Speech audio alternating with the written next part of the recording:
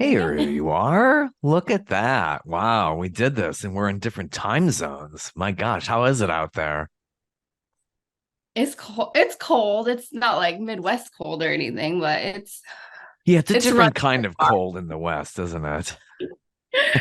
I have a fire going, so it's Yeah. And good. is it really always dank in Seattle? That's always the view is like, oh gosh, it's always raining. There's no sunshine. It's so, it's so, I wouldn't say depressing, is that I've only been Yeah, the it closest, yeah. is. Yeah. Sorry, what Yeah, it that's always been the view of like Seattle for at least I'm down here in Georgia, so that was always like what I would always hear. we're in the bleak season of Yeah. lots of rain, just kind of gray. And like the other day there was a blue sky and I was like, I'm so happy today. Like what? I must be doing my health is going well. And then I was like the next day it was gray and I was like, oh no, it's just like blue sky. That's it. Yeah, but I've heard like in Seattle, like I mean, compared to here, the drivers are pretty good considering most of the country. They're better trained, they're more they're nice, they let you in lanes and stuff like that. They're totally into that. Yeah, like less aggressive, I guess I would say, as compared to other places. Yeah. Yeah. Yeah. I mean, and you grew up in Idaho? Yeah, North Idaho. Hmm. The northern part of Idaho. Talk about cold, I would think. It's not that cold. It does snow, so yeah, it gets quite a bit colder. I haven't been there in like I was there in winter 4 years ago, and I was like, oh, I miss the snow. This is nice. Yeah. Yeah. Coeur d'Alene, is that how they say that? It's a Yeah, Coeur type of, d'Alene. yeah. Yeah. That's it. A little French there. That's pretty much what they Yeah. base it on. Yeah. So growing up, how did you get into music, or what first sparked you, and who were you inspired with as you were growing up? Yeah, Madonna. Like my parents are huge music people, so they have tons of records. They're always buying CDs. I was singing, making up songs, and my first album I ever bought was In Vogue. Sorry about that noise. It's my cat. I didn't hear little kitty in there. It's totally fine. I have one that Um, visits me here. Yeah. she might make an appearance. I wouldn't be surprised. She's a little cutie. But yeah, I started piano lessons when I was 7. I got a guitar in 7th grade, and um, yeah, my parents helped encourage me quite a bit. But then I got to an age where I was like, "Don't listen to me. This is, you know, They this always is do that, right? my thing." I'm gonna listen to my own stuff. Yeah, I got my daughter into the Beatles very, very young, and I took her to see Paul McCartney and all that. And like then she got into Kanye in those teen years. Uh-huh. Oh my gosh, it's like, oh, the ultimate rebellion. It's like I tried so hard, but I think it kind of comes back now that she's 25. I think things are getting better. But like, yeah, they have this period where they want to rebel on every level. Yeah, I don't know if that's avoidable at all. Yeah. Yeah. No matter how hard you try, it's just, yeah. But that's great. I mean, your talent is great. I've listened to some of your tracks and wow. I mean, yeah, just the way that you can sing. Did you do a lot of practice? How did you get to learn how to sing so well? That's funny. I don't feel like I sing that well.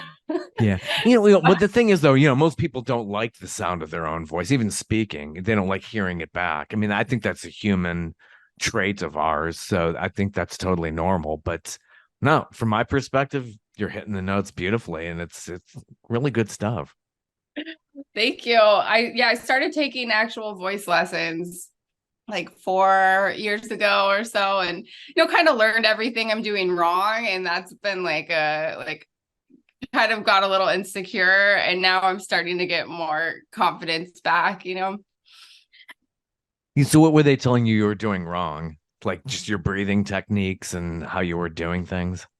Yeah, I didn't know really anything about singing, I guess. Like, I didn't know that you could aim notes into different places in your face. Like, I didn't know about like the chest voice and the blending and the high voice or breathing, I was just winging it. And who is your trainer? Somebody you found in the area? Someone my engineer recommended. Her name's Sue Carr, and she's one of the top vocal instructors in the area. She's really good. Yeah, shout out. Definitely shout out to all these people who've helped you along the way. She Definitely. It's a actually she has an app that's really cool. It's called The Art of Screaming, and it just has a bunch of exercises. And she does a video explaining how to do it, and then you can make a warm up like playlist. So it's great if I'm driving in the car. I just hit play and I go through and at least do that. If I'm having a really busy day, but I'm driving, at least I get that in. Yeah. Oh, wow. So, how did you come to be where you are now? And we see your website there. That's the beautiful banner behind you for those who might be seeing the video, but it has your website there, Yeah. abbylondon.com. There's no E in Abby, it's ABBY, London as in the city.com. So how did this all come to be? You have definitely evolved. Your story is incredibly unique and especially for the area that you're in. So it's just like, how did that all come to being to where you are now? Yeah, I did a lot of just floundering around for a lot of my young adult life. And I just happened to come to Seattle. I wasn't really that interested in it. I just came to visit, got a job, made friends, now I'm here. And I think, well, I had one really pivotal moment in my life where I was a huge stoner for most of my life, all day, every day. And I was getting stoned in my Oh minivan my during my God. lunch break. And Lunch break. Wow, that's if you can't go through the workday.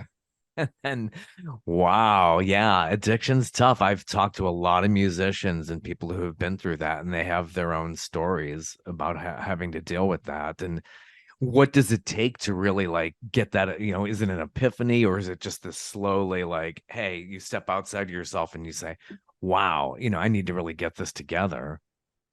oh, there were so many moments where I was like, this is terrible. I can't do it anymore. But it was more of a slow, like, therapy and this, and like finally getting to the point where I could actually quit. But yeah, this voice said, turn the radio dial to AM. So I turned the radio dial to AM and I found this station, and it had healers and nutrition and all this kind of stuff. And I found this doctor and I started seeing her, and she just really changed my life and helped me see my health in a holistic way. Yeah, And yeah. that's what really kickstarted being able to have the success that I've had at music, because I wasn't so cloudy headed. I could have more self-awareness, and I could do the marketing side now. But I did have to get over this hump of being able to create without this huge crutch, and that was difficult. But now it's been 7 years, so All it's excellent. 7 years sober, totally. I mean, I know a lot of people like count or they even count the days, how long they've been sober. That's fantastic. yeah, just last month, and I hit 7 years, so Very it's good. Yeah. And what a lot of people don't understand, it's like it's not making you more creative. I think that was always the thing, like, oh, this enhances my songwriting, this enhances my performance. But at the end of the day, it's self-defeating. Here you're trying so hard and you're performing. And the people who have a lot of money too. I keep thinking about like Steven Tyler. It's like, my God, you got all the money in the world. And like, what are you doing to yourself? And that's very, very difficult to kind of really grasp from a certain level. It's like a lot of people don't have the resources that you have to get sober and to stay healthy.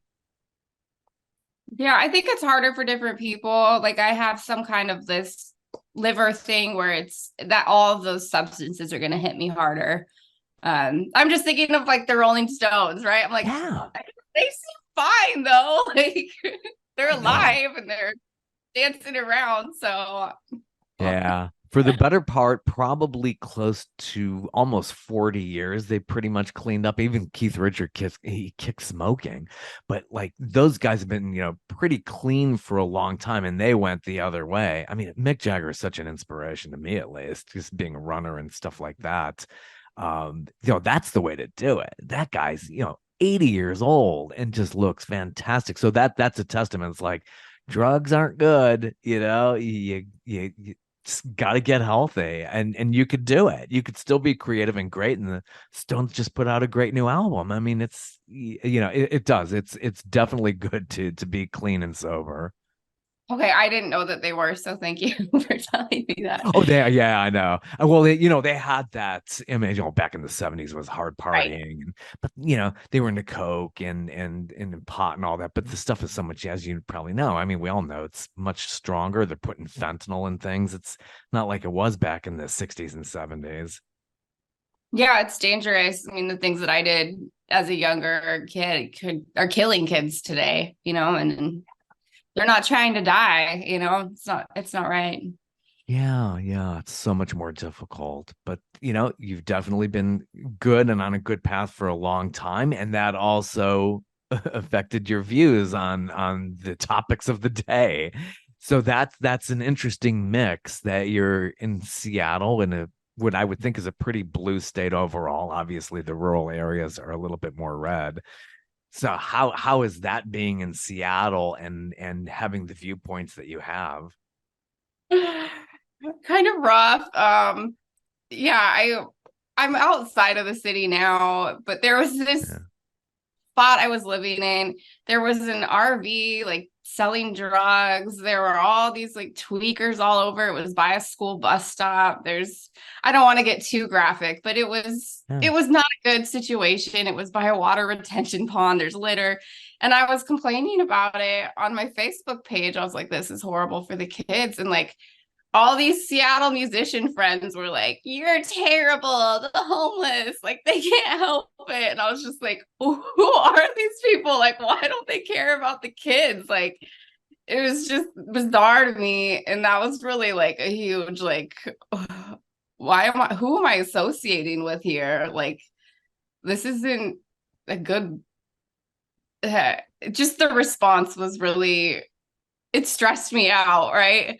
Yeah, But since yeah. then, I've just been making different friends that have different values. I just realized I didn't really fit in with that kind of mentality. Yeah.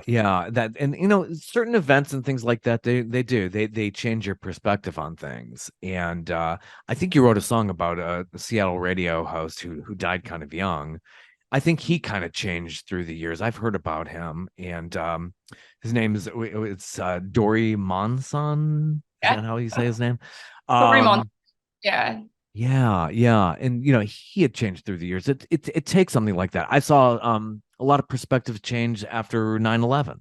I remember comedian Dennis Miller, who was really a libertarian. He went definitely more a little bit to the right because of what happened with 9/11, and that's we evolved that way. And you're younger, you're a little bit more liberal, and there's that old Churchill saying, as you get older, it makes more sense that you have shifted a little bit more to the right. So that's completely natural, but kind of tough in the arts and entertainment industry where it's definitely much more left of center. it is. Yeah, it seems like people just think the same way, or they're just not really thinking things through or noticing what's going on, just kind of in their own bubble or going to shows or whatever. But it's gotten so bad around here, like the crime and just like these horrible situations that, involve dogs or women getting hurt. And I'll think this is going to really wake people up, this situation, and just nothing changes. And I just can't just I can't unsee it. Yeah, it's because you care and you're really concerned. So you ran for the Seattle City Council. How And was more. that campaign? Yeah. Kenmore City Council. Yeah. Oh, I just wanted to say too, Dory Monson. Oh, just, you know, I really miss him. He played my songs on his show, and I owe a lot to Oh, that's him. And awesome.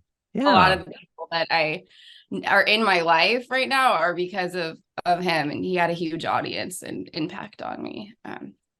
Yeah. So I ran for Kenmore City Council. The one of the guys that tried to get Dory fired was on the Kenmore City Council. Oh And gosh. so when his seat was up, I ran against him.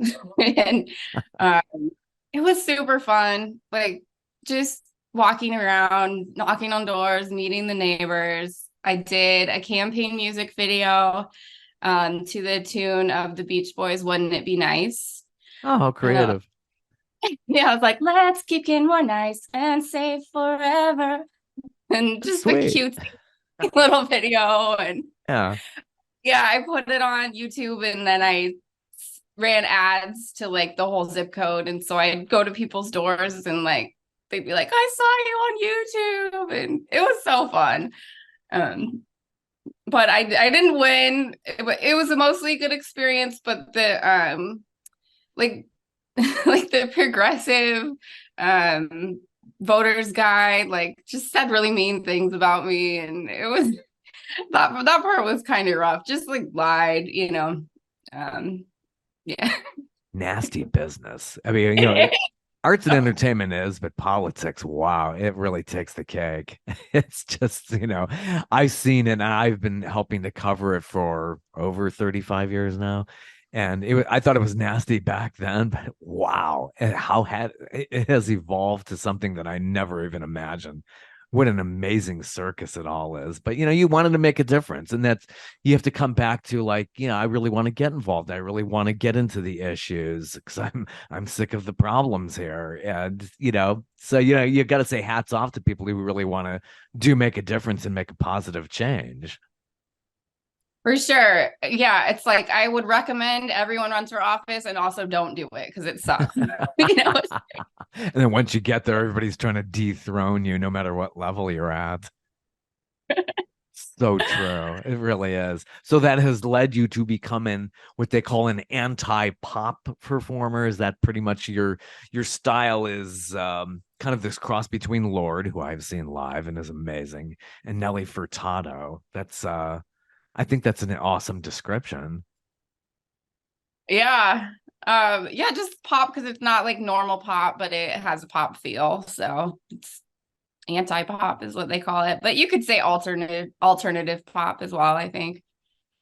Yeah. Yeah, it really is. And your latest tracks, they're prominent there on your website. Some really, really come to mind.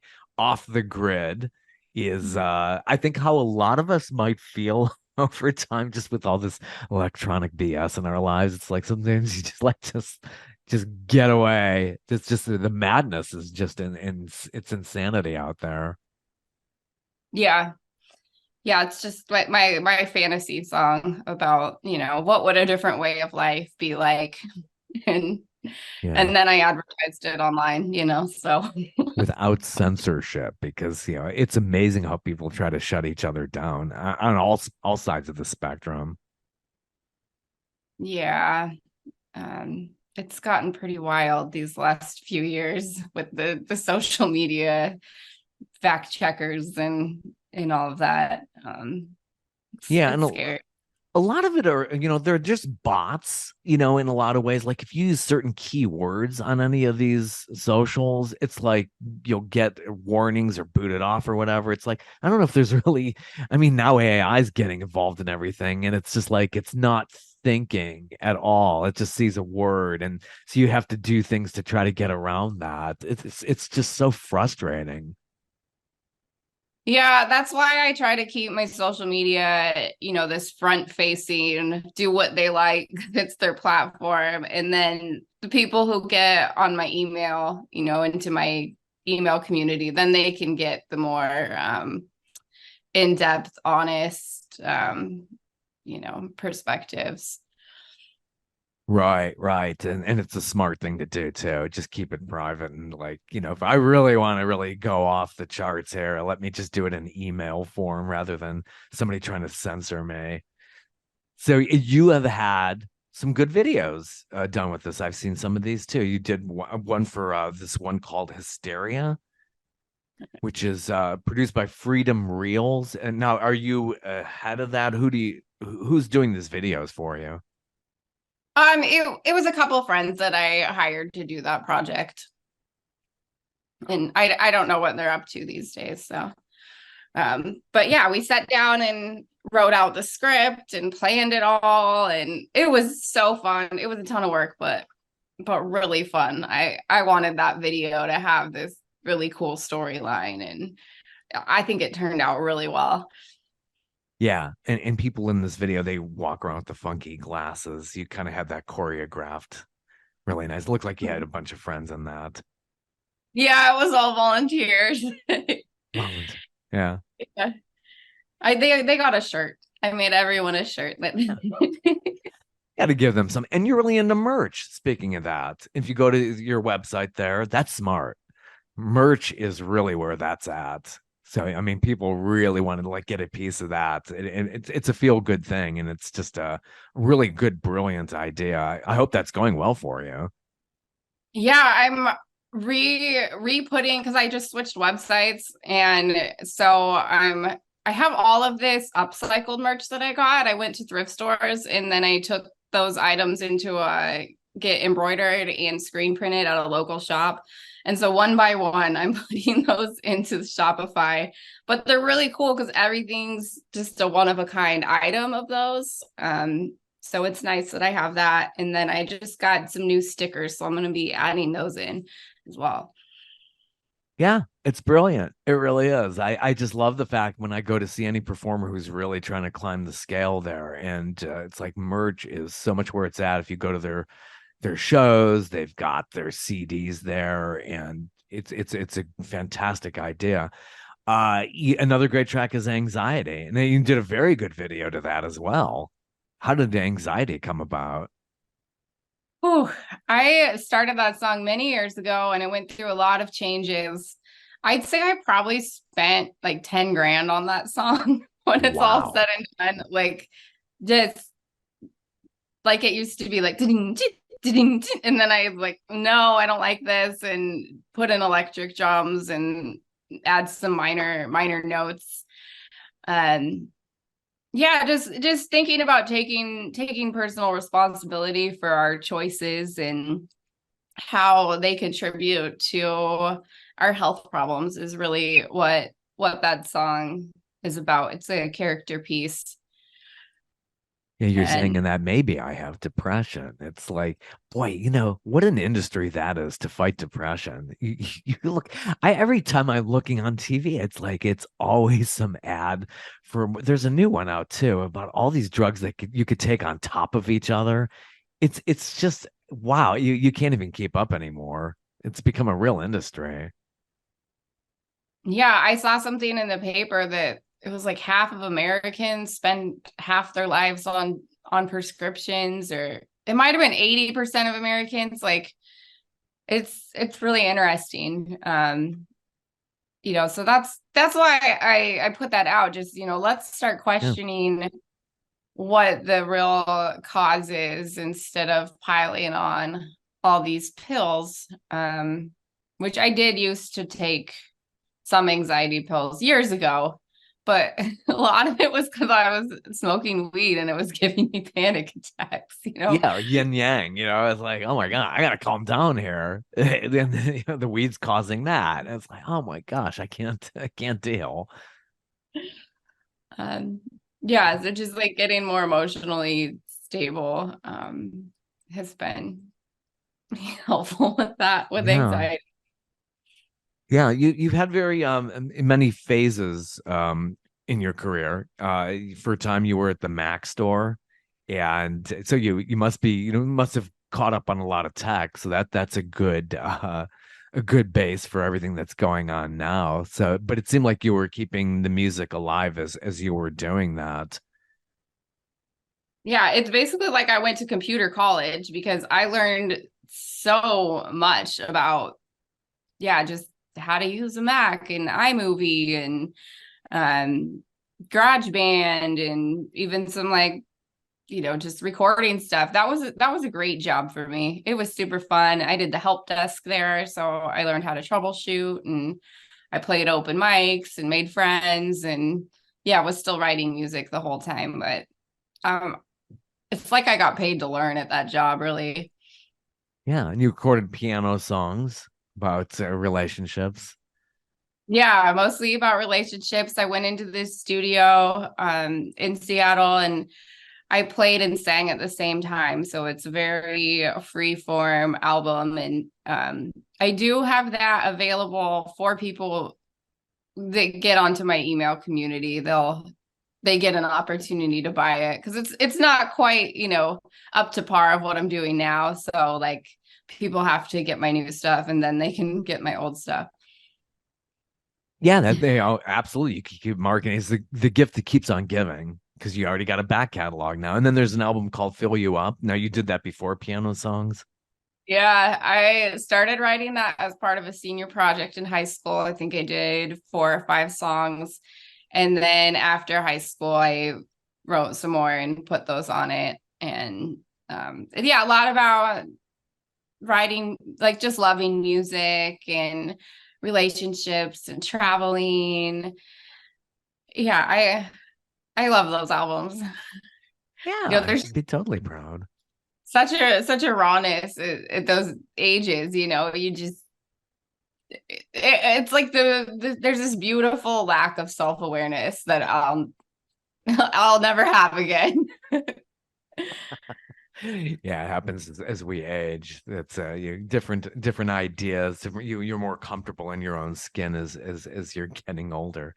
That's really good. What made you work at a private school, which sounded like you were saying was kind of stressful there? It was really hard work. After I left the Mac store, I needed a new job, and my wrists were already really bothering me. Like I actually got to the point where I couldn't play guitar because the like my nerve got too bad. And so I now have a bodyless little vagabond travel guitar, so that's a lot easier. I play piano mostly anyways. I just was really intrigued to work there because it was a green school, and I was really into trying to protect the environment. I wanted to see what it was like, and I I had good health insurance, but I had no energy. Like I could hardly do anything. I was just so worn down from it.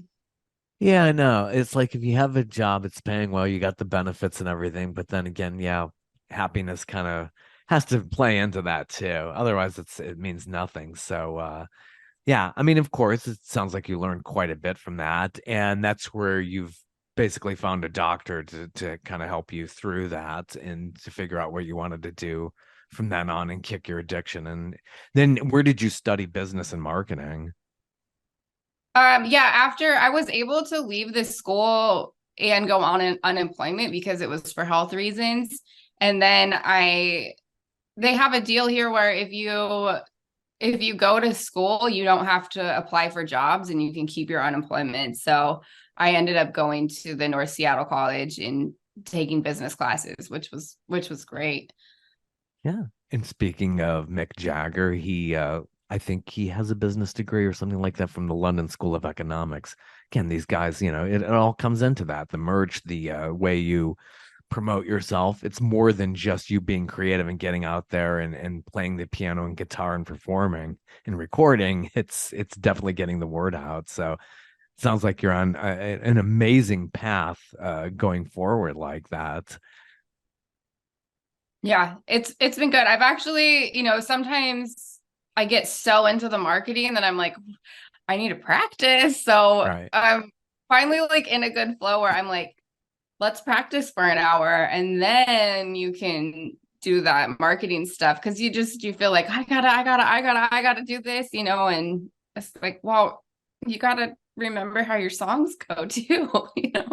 I know it's your left brain versus your right brain. I've talked with a lot of people like that. It's just it's constantly fighting with each other, but it's a necessary evil as well. So you do a great cover of Elvis. I really like that. Yeah. I can't help falling in love. It's really, what was the motivation for you to record that? Oh, it's a tragic but beautiful story. There was a person that had commented on my Hysteria video and said they liked it, so I sent them a free MP3 of the song, and we were chatting a little bit, and then a few days later he said that his little sister had died in a fire, Hmm. and it was she she got out of the fire, but she went back in to save her dog, and Oh, they geez. yeah. So and then he was telling me that she was a fan of my music and she had introduced him to it. And I was just like bawling all week long. And I looked at her Facebook and she had a quote from that song with a picture of her and her dog. And so I recorded that. I had to do something, and I made a slideshow of pictures of her. She's an amazingly talented photographer. Her name's Emily Black, and I sent it to the family and they used it for her service. And I've since developed a relationship with the family, and I actually visited them last summer, and I talked to her mom like almost every day. Mm, wow, what a story. I did know of somebody who they had a whole family, it was on Christmas morning, and they had a fire, and they all got, well, the husband got out, the wife got out, but then she ran back in to get the kids, and one of them with special needs, and they perished in that fire. It was just tragic. That still sticks with me. I think, yeah, it's been 40 years since that happened. It's just, yeah, it always, it does affect you, even though you know the people, you're on the side of that, but it's just like, yeah, it's terrifying. Absolutely horrible. Mm, mm. So you have something new coming out? You have new material coming out here in December of 2023? In December, I'm going to put out a song that I wrote for my cousin who passed away young as well. So this Mm. year I've only put out memorial songs. It's just the way that it worked. I wrote it for her when she tragically died. And then I did a song for Dory Monson when he died. So I've done all death songs this year.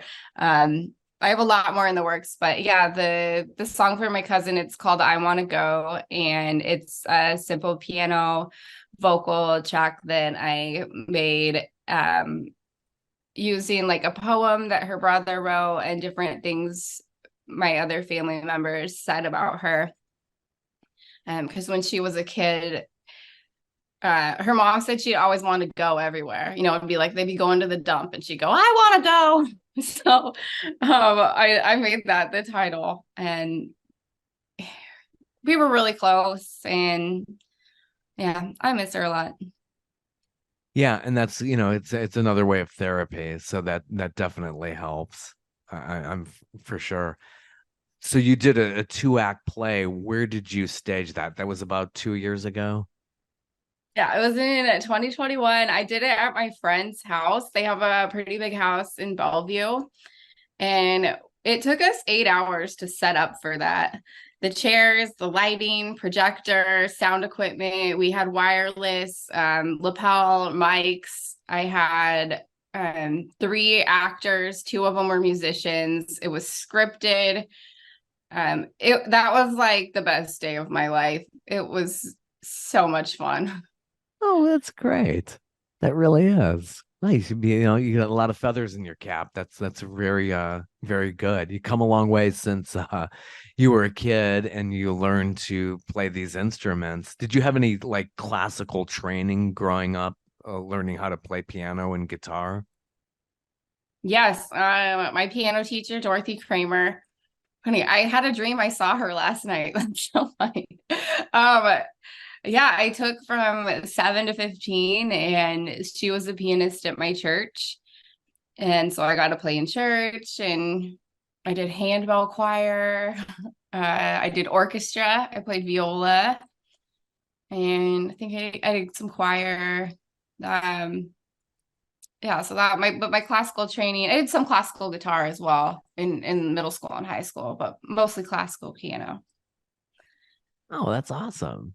Really, really great. And just to learn that and to pick up from there and take it to your own levels, it's just it's an amazing thing. You also got into baton twirling as well.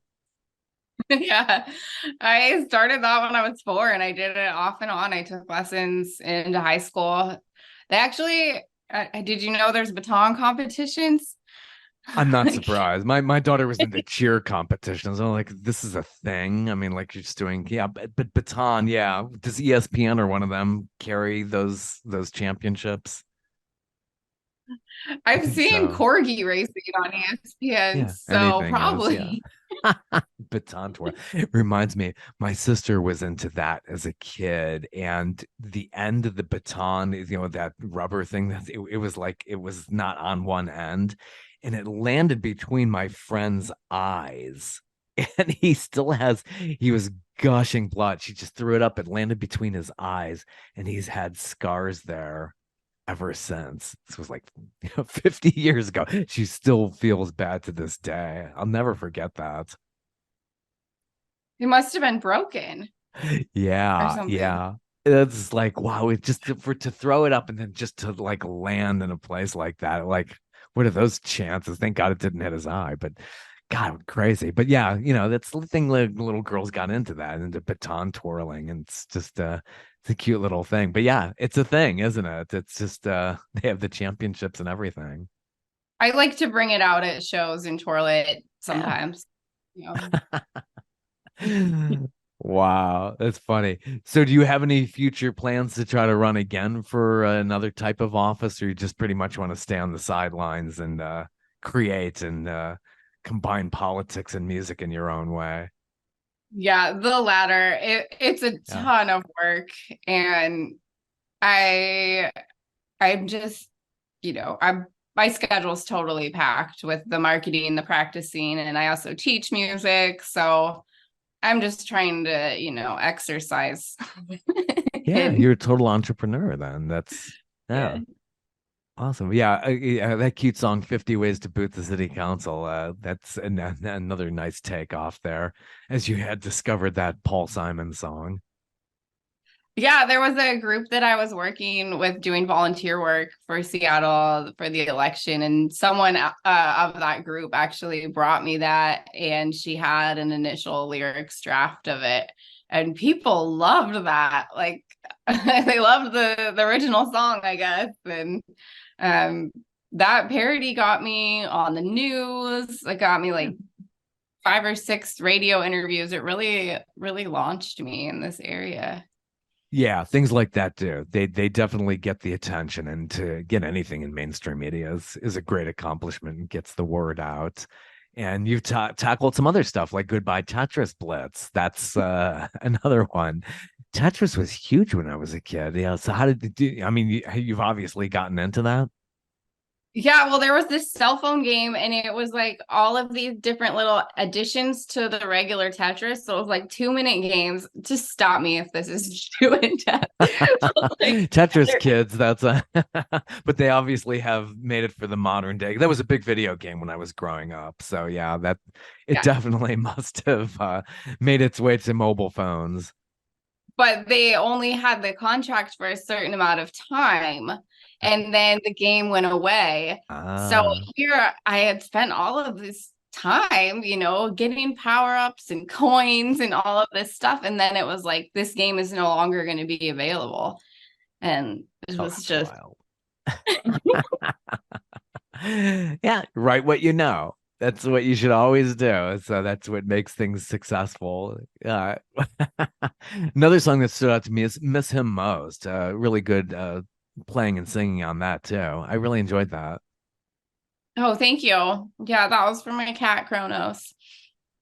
Yeah, yeah, good singles. And you could sample them on the website when you go there. And any other websites that you're on that you like the people to know about? Any other websites? No, just mine. Pretty Go to much mine. yours. Go to that, Go to mine. I've abbylondon.com. Yeah. spent I spent forever getting it redone. I've got a great email, system set up where you get all these links to personal stories and you get discounts. And I've got a private Facebook group and an exclusive Instagram. And you just get a lot of stuff when you get going on that. And it was really fun to build because I got to look back on everything I've done and make stories and blogs and videos to tell people about it. Yeah, nice graphics too. So you know some good graphics people. It's just got this good feel to it. Oh, thank you. Yeah, Yeah. I work with a marketing coach, and there's a whole one of the other gals that works with my marketing coach has helped me with the website, and she has been amazing. Cool, cool. Well, thank you so much for stopping by. It's been real. And where can we see you live playing in the Washington area there? Yeah, I don't have anything on the schedule right now. Really working on getting my album done, and then I Yeah. will move to that step of booking. Take it on the road. Yes, definitely. If you can get even out of the Northwest, that would be fun too. But yeah, great. Well, thank you so much for stopping by. You're welcome. Have a good one. Have a good and best wishes on the new project. Thank you. This Take is care. super fun. Thank you so much. Bye. Thank you. Bye bye.